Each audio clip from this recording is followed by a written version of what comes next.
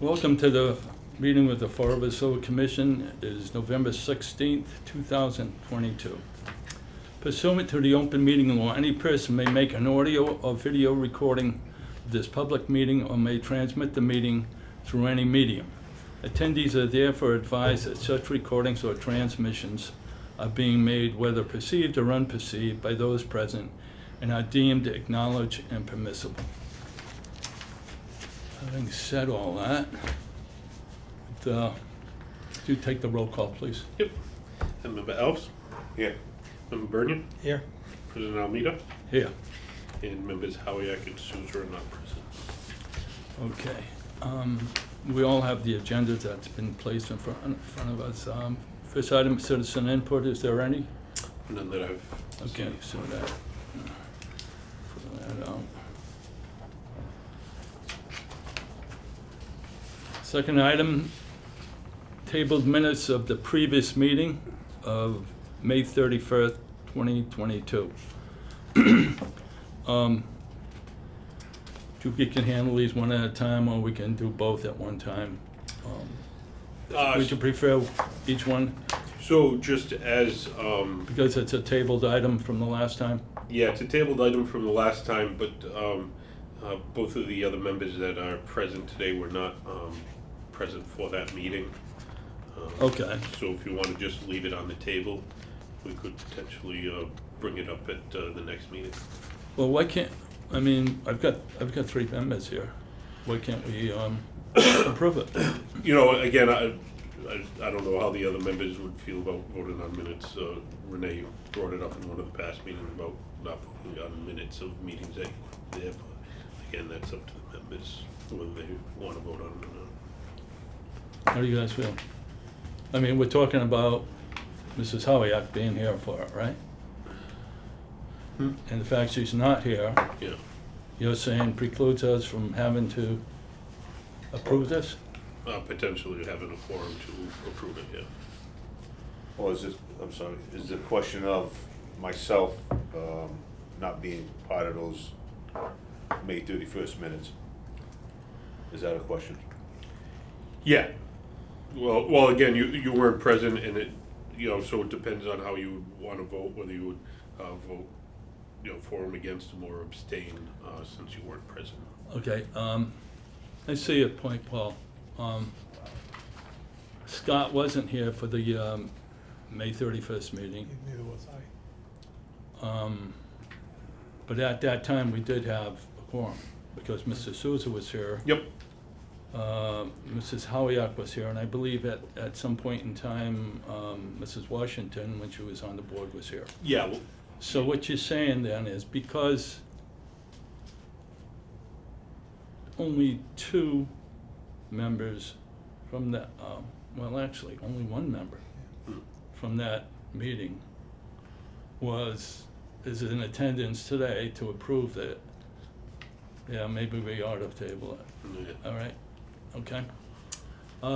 I'll entertain a motion to table the minutes of the previous meeting held on May 31st, 2022. Anybody want to make that motion? Make the motion. Anybody second? Second? All in favor? Aye. Paul, we don't need any roll calls, do we? Nope, everybody's present. Okay, with respect to the minutes of the previous meeting, November 3rd, 2022, we basically have the same problem. Well, only one, I could abstain, and there's two that can vote. Is that correct? Yeah. I feel that the quorum is 3 and a 2 vote would approve a matter. The quorum's 3, Yeah. Yeah. So but the two, two yes votes could approve a matter. okay, all right. We've been provided the packet for the meeting on November 3rd and the one for the 31st. So with respect to the meeting on November 3rd, 2022, I'll entertain a motion to approve the minutes of the previous meeting held on November 3rd. Anybody want to make that motion? I'll make the motion. Can I Approve those second? minutes. Can I second it? Yeah, you can second. All right. Second by me. All in favor? Aye. Very good. So, But, you know, I gotta say, in all the time I've been around, this is the first time I ever remember that happening. yeah. Yeah, but, you know, it's right we do that because we would probably be taken to task by someone, you know, submitting a letter saying, you know, you did this right, you did this wrong, and all that stuff. But anyways, I'm glad you brought that up, thanks. Thank you. All right, item 4, sewer department. Pay rate increase of proposed CBA. What is CBA? So the contract, the collective bargaining agreement All right. between the city and the union of the sewer department. The members that are municipal employees all fall underneath the ASME contract. So items number 4 and 5, prior to this meeting, I was hoping that we were able to come to a resolution with the bargaining unit, which at that point I'd be able to present to you the negotiated side letter as well as any rate increases that would support that side letter. To date, we haven't been able to come to an agreement, so there isn't anything to present on those 2 items. So you can't present anything? No. Okay, so, just for my own edification, are all, outside of yourself, are all the members of the staff that fall under the sewer commission, fall under that union contract? Not all of them. We have 3 employees that are ASME members. The other employees are non-union Okay. employees. So myself, the project managers in the office, the project specialist, the GIS specialist are all non-union members. Okay. So, due to the lack of that information, we just move on? Yeah, again, if anything changes in the future, I'll be able to present at that time. You know, I'll call another meeting and be able to present at that time. We don't have anybody down at the treatment plant. Everybody at the treatment plant at this point in time falls under the contractor that's there, correct? Yeah, for So the there's- How about the people that go around and clean the catch basins and what have you? Would that fall under that contract? Collection of those will falls Okay. underneath the contractor, the O&M contractor. All right. Okay, so, is item 4 and 5 then to be, Yeah, I think at this point, there's no action required. okay. Item number 6, the hazard mitigation plan update. Excellent, thank you very much. So, if you remember, I think it was about 2015, we initially did the hazard mitigation plan for the city. That was a plan following FEMA's structure for hazard mitigation plans that involved a lot of the different city departments to walk through and develop this plan, lay out all the hazards that the city faces, everything from flooding to forest fires to snowstorms, nor'easters to hurricanes, tornadoes, earthquakes, et cetera, et cetera. So through that process, we developed the hazard mitigation plan. FEMA requires every 5 years for the hazard mitigation plan to be updated. So our original one, I believe, was we did it in 2015, was approved 2016. It was in place. We didn't do it in 2021, but we're doing it now to update it. The hazard mitigation plan allows us to be eligible for different types of grant funding. One of the grants that we did get through the hazard mitigation program was a grant from Middle Street, the drainage project that we did there in the amount of almost $5.5 million. And there are some grant opportunities that we're putting together applications for right now for mitigation of the flooding within Stafford Square and others. So that requires an up-to-date That's hazard 3 mitigation phase. plan. Yeah, that's 3 phases. So the application that we'll be submitting for that includes phase 1 and phase 2, which will mitigate the flooding in the Stafford Square area and the hazards that are created. So it's about a $34 million project that we're looking to apply for the grants for. Yeah, I went back into my notes before coming into here, and, because I knew it was going to be a topic of discussion.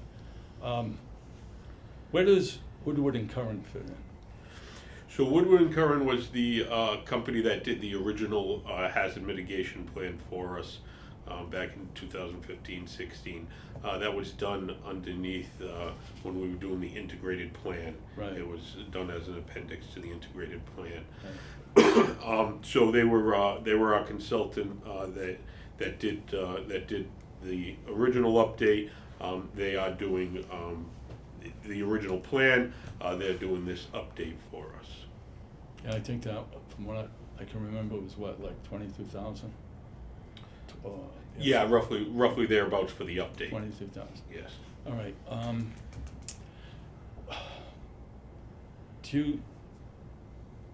Are we to be hopeful that, once we satisfy FEMA and what have you with an updated hazard mitigation plan, are you hearing anything about them coming across with money? So Because I think we're all waiting in bated breath here that what with the environment that's out there, with all this money that's being given out for public projects and everything else from all different directions, that I would love to see some money coming in from those guys to at least maybe take maybe phase 1 or even maybe the first 2 phases. yeah, without a doubt. Have you heard anything as to whether they're becoming proactive? Yeah. So there's 2 different programs out there that we're planning to apply for. One is the HMGP program, which is an application that we submit to MEMA, and then MEMA submits to FEMA. That's all in relation to the COVID-19 pandemic emergency declaration that was done back in March of 2020. So this is hazard mitigation money in relation to that. This is one of the biggest pots of money that MEMA has ever seen in an HMGP grant program.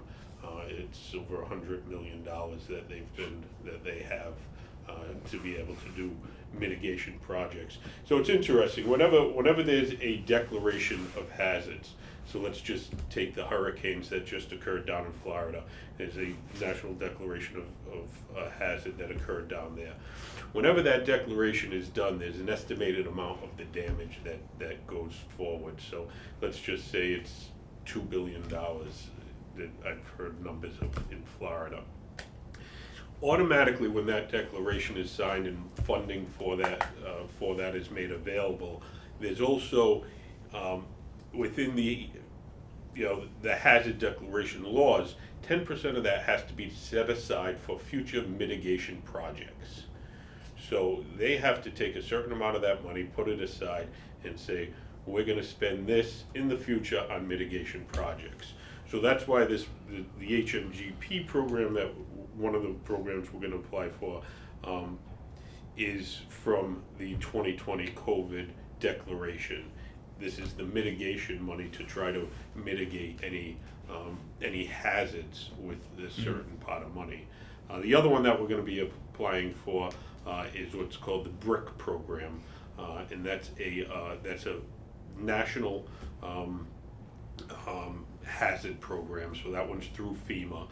It's a nationally competitive program, but the project that we've developed and we've been working. Wright Pierce is our consultant that did an initial study on the Stafford Square area, and we've been working with the team at MEMA as well for probably about the past 6 months, putting together this application. So we've actually gone out and done baseline surveys of all the properties within the Stafford Square area to figure out the baseline elevation and what the flood impacts could be, and stuff like that. MEMA has been really excited about this project as well. They think that this is, they loved our Middle Street project that we did. They've asked me a couple of times to do presentations on that project, which I've done. So they look at this project as another excellent project, and definitely a fundable project. So This project's really huge. When I can remember, we're talking about going back to Locust Street, Oak Grove Ave, Eastern Ave, and so forth, and today we're looking at 45 million.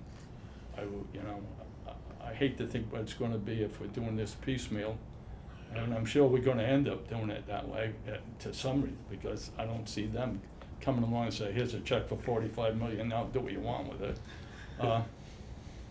But it's a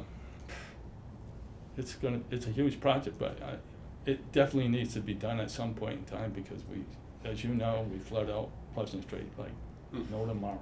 yeah. Okay, I get that. So we've gone ahead and updated the information that we did approximately 5 years ago. Yep. And provided some new information.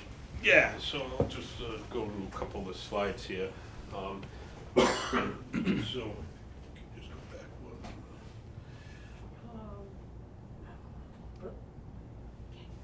Yeah, so the purpose of the hazard mitigation plan is to, update the current plan that we have.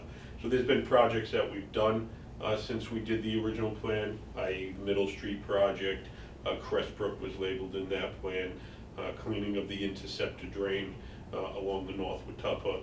So those projects are completed, so we need to kind of get those off the list. Since 2016, there has also been changes, new things that need to be updated within the plan. So other things that we've looked at to add, naturally, what's already in there, but a pandemic or a public health crisis, something like we dealt with in 2020. Paul, let me just say, Yep. with respect, you said Mother's Brook? Yeah. Yeah, now, Crestbrook. oh, okay, Crestbrook. If I said Mother's Brook, Yeah, I I thought- apologize, right, but Crestbrook okay. was completed. Yeah, because Mother's Brook hasn't been done. Correct, Right. we're working on that one, but now design of that. So that's just kind of what the update does, it keeps this plan fresh, keeps it moving, keeps old things come out, new things come in. So to be eligible, to be able to use hazard mitigation funding, the project needs to be identified in this plan. So if it's not in this plan, 2 years from now, we say, well, we want to do this. If it's not in this plan, we might not be able to get the funding through these different types of programs. So that's why every 5 years, they want you to update this plan. Next slide. So one of the things that we also did since then was the MVP, Municipal Vulnerability Preparedness Study through the state of Massachusetts. So the MVP program was something that we did. And the MVP program, I look at it a lot, it parallels almost the hazard mitigation plan. Hazard mitigation plan gets a lot of involvement from the utilities, the inner city, the people that work for the city, the different departments in the city. The hazard mitigation plan, the MVP, brings in the community a lot more. So there's a lot of public outreach in relation to MVP. So there was things that we were able to pull in this update from the MVP plan to be able to update and put into the hazard mitigation plan from what we got from that. So the 2022 hazard mitigation plan goals. Goal number 1, promote and implement projects, program policies, and plans to reduce the city's vulnerabilities and natural hazards. So goal number 2, implement cost-effective mitigation actions that protect structures from hazard, in particular properties with repetitive and severe repetitive losses. Goal 3, to increase the coordination between city, state, federal partners to effectively carry out long-term mitigation activities. And goal number 4, to encourage protection and preservation of coastal features and natural areas. And goal number 5, communicate information on natural hazards and the need for hazard mitigation to the public. So those are the goals of our plan. So that's kind of like the update that's done. And, you know, I think Ned, you were definitely here, and Ron, you were on the committee when we did the original plan, worked through, and came up with all the projects and stuff like that. Again, this is just an update to keep it fresh, take things that are completed off the list, add new things on, and make sure that we stay eligible for the funding. Some of these projects that's on that list does not appear on the $123 million bond issue thing. Am I correct? Correct. So again, these in the hazard mitigation plan, there's a lot more projects than we currently have funding for. Yeah. Well, it makes sense to, I guess, to have to get it out there and to do it so that when the time comes for them to look at it and say, what's Fall River need, at least we're documenting it. Yeah. And hopefully they're gonna be generous enough to say, I'll slip you a few bucks here and there. But, Yeah. all right, Paul, thanks. Yeah. These just, are these listed in like an order of priority, or you just have to post them all? Nope, so there is a matrix as you go through, there's a ranking and a matrix, and the matrix plays on a lot of different things, you know, social vulnerabilities, hazards, damage and stuff like that. So the matrix, and then eventually it becomes an overall scoring out of that matrix for all the different projects within it. I believe we have overall somewhere around 62 projects plus listed within this, and that project may be as broad as you know, hazardous roadways within a reservation area. So you know, there could be a lot of projects that fall underneath that category, you know, or you know, with the flooding ones, again, since we work with the integrated plan and stuff, we try to be as, you know, specific with those as possible so that we can make sure that we'd be eligible for any funding that comes across. Very good. Any questions? Yeah, is this plan available to the citizens of Fall River, or is it on the website? Yep, It is. so we currently have the updated plan. It is posted on the city website. If you go to the city website, you go to sewer page, it's listed underneath the hazard mitigation plan update. We would encourage anybody to take a look at it, send any comments that they have to the sewer@fallriverma.org email address, and that way we can put it into the plan. So public presentation, like what was done here tonight, was one of the requirements. The next step for this in this process is we get back any comments from the public. We determine if those need to be integrated into the plan.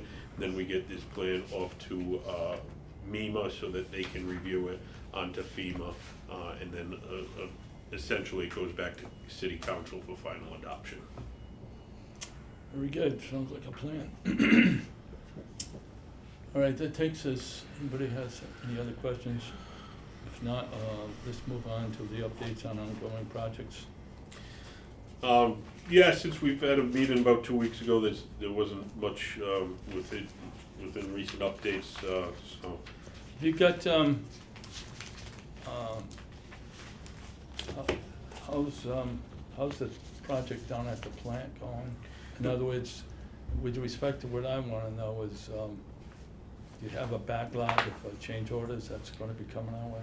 Yeah, so there is a number of PCOs that have been submitted by the contractor, and I think we've prepared actually the change order number 1 to come to the board.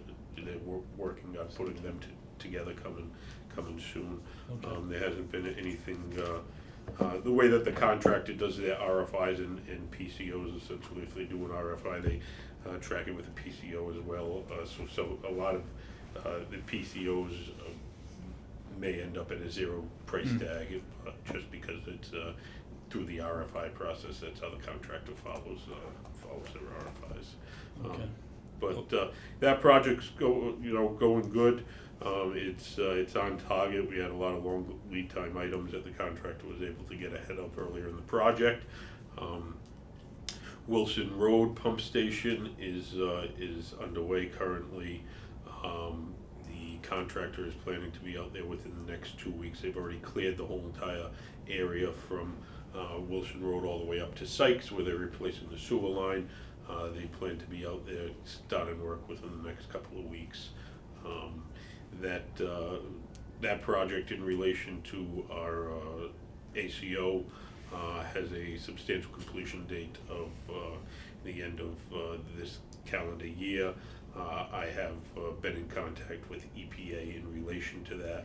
They know that we're under contract. They know that the project's moving forward, and I expect that we'll be able to do a mutual agreement to extend that time frame out. What, up the road from that project on Wilson Road, we at one time were entertaining taking on a private pumping station, Hathaway Commons, which I guess did not materialize for a number of reasons, but that system will be actually right now, the way that works, that pumps into what we're trying to we're trying to modify, am I correct? Update, yeah. Yeah. What we're doing won't have any detrimental effect to what the use of their pumping stations for their private reasons, will it? No, it will not. And yeah, just since you brought up Hathaway Pump Station, it's been I've had some recent questions posed to me on it. Sewer Commission did approve taking over that station. There was an agreement in place between the Sewer Commission and those property owners, as well as the council. So when as far as approving the agreement that was in place, there was a number of things that that the association needed to do. One, provide us clear title to the property that the pump station was on. They have not followed through and done that yet to date. So the agreement is still in place, again, based on the agreement and the approvals. If they do that, I think we would require a reevaluation of the station to make sure that it's in the same condition when we agree to take it over. But if it's in that same condition and they meet all the requirements of the agreement, I expect that we would take that over. Okay, so nothing changed with respect to, the way it ended up being left about 2 years ago or 4 years ago, because it's been a while since. 2018. All right. Any other projects you guys want to know about it? Okay, that takes us to other potential matters. Does anybody have anything they want to bring up? And if not, I'll entertain a motion to adjourn. Anybody want to make the motion? Motion? All in favor? Aye. So be it.